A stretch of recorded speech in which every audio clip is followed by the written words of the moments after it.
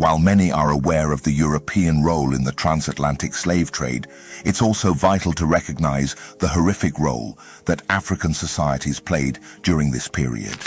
While millions of Africans tragically became victims of this trade, others were involved in its facilitation, benefited from it, and even worked to preserve it.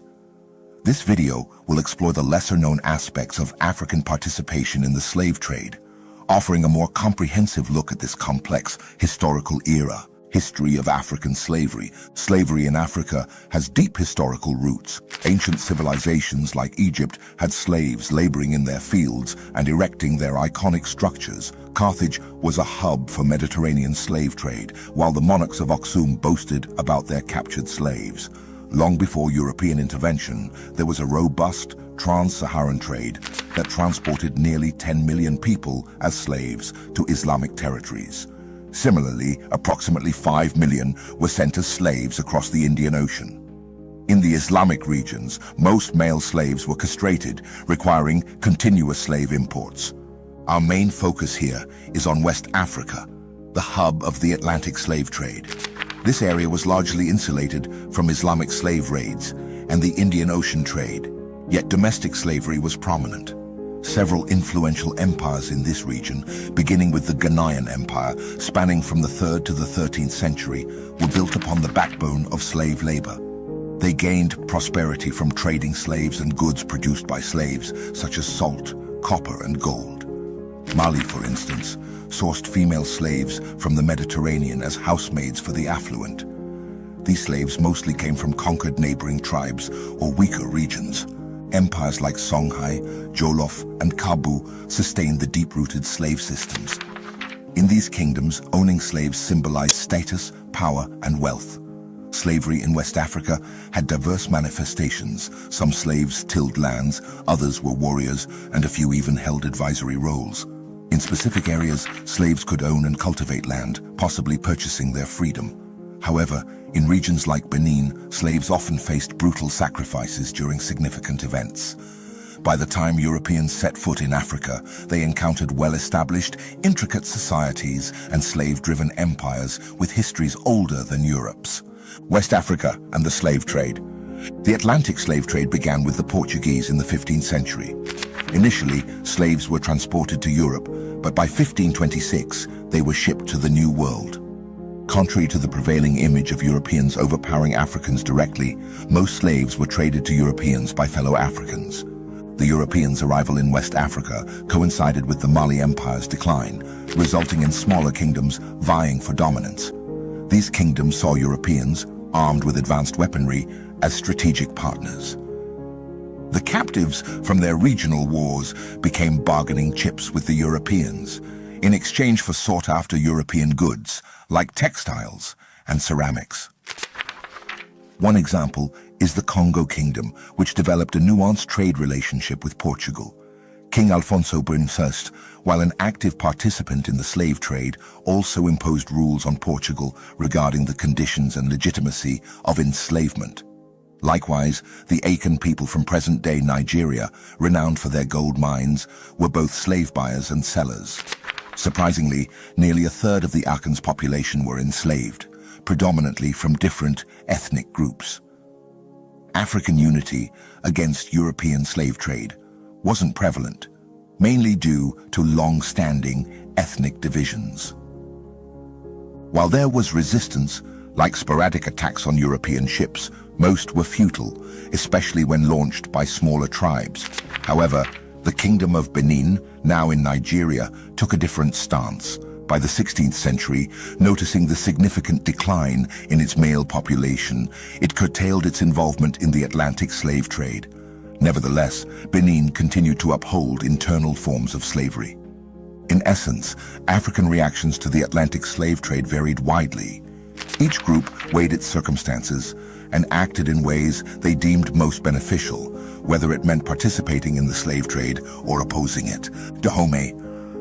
Let's look at Dahomey as our case study. The Kingdom of Dahomey, situated in today's Nigeria, is one of the most notorious African states in the context of the slave trade. Emerging in the 1600s, its ascendancy peaked under the leadership of King Agaja in the early 18th century. The strength of Dahomey rested on its formidable army, potentially numbering up to 50,000 at its zenith. Using this military might, Agaja subjugated powerful slaving kingdoms like Alada and Whydah during the 1720s. This control over major slave ports cemented Dahomey's status as a dominant slaving powerhouse. The extensive army also indirectly propelled the kingdom deeper into the slave trade. Men were primarily in military roles, necessitating a large enslaved workforce for other tasks, especially agriculture. Moreover, to prevent potential uprisings from a vast idle army, Dahomey frequently waged wars and conducted slave raids. By the 19th century, an astonishing 2/3 of the Dahomeyan population were slaves. The institution of slavery was so deeply ingrained in the Dahomeyan culture that it became challenging to distinguish whether Dahomey emerged as a state for slaving purposes or if it was a slaving organization that morphed into a state. In Dahomey, slaves were not just confined to labor or household tasks. Their ownership signified social status and power. This sparked rivalry between the king and influential elites, both vying for control over the lucrative slave trade. Additionally, Dahomeyan religious customs incorporated slavery, with significant public ceremonies like the annual customs involving the sacrifice of slaves to appease deities. By the 1800s, European powers, especially Britain, started campaigning against the slave trade. Dahomey's King Gezo, while making minor concessions like ending slave sacrifices, staunchly refused to terminate the slave trade, citing it as the cornerstone of Dahomeyan culture and wealth. Efforts by the British to curtail the slave trade from Dahomey's ports only resulted in the kingdom's shift towards overland slave trade and rejection of the treaty. In the latter half of the 19th century, Dahomey sought an alliance with the French, who were comparatively lenient on anti-slavery initiatives. However, with the decline of the slave trade, Dahomey resorted to aggressive raiding, clashing with French interests. Using Dahomey's enslavement practices as a moral justification, the French launched military campaigns against the kingdom, leading to its downfall in 1894. The resistance.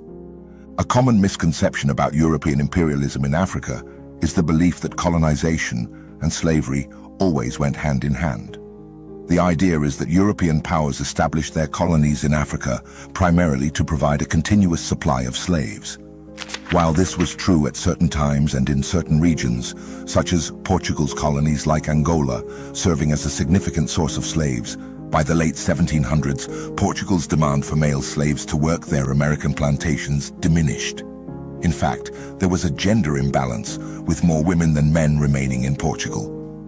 However, it's essential to recognize that the vast majority of European colonization in Africa occurred after the abolition of slavery. It would be more accurate to say that anti-slavery motivations played a significant role in European colonization. For example, France's conquest of Dahomey partly aimed to end its slave trading. Similarly, the British took a hard line against slavery. In 1851, the Royal Navy laid siege to the Nigerian city of Lagos and its king Kosoko because he refused to end the slave trade. After a fierce naval bombardment, the British compelled Lagos to abolish the trade, forcibly freed every slave in the city's territory, and expelled all slave traders. The British later imposed abolition on all of Nigeria. Some historians have pointed out that while Britain was swift to abolish the external slave trade, it took much longer to eradicate domestic slavery in Nigeria. The British were concerned that moving too quickly to end slavery might provoke unrest and resistance from the Nigerians themselves. Abolitionism was also evident in the British conquest of Benin in 1897.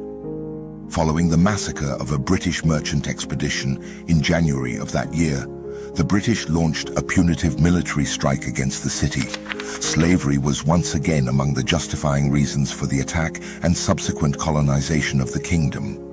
According to eyewitness accounts, the King of Benin sacrificed hundreds of his slaves in hopes of gaining divine protection against the approaching British.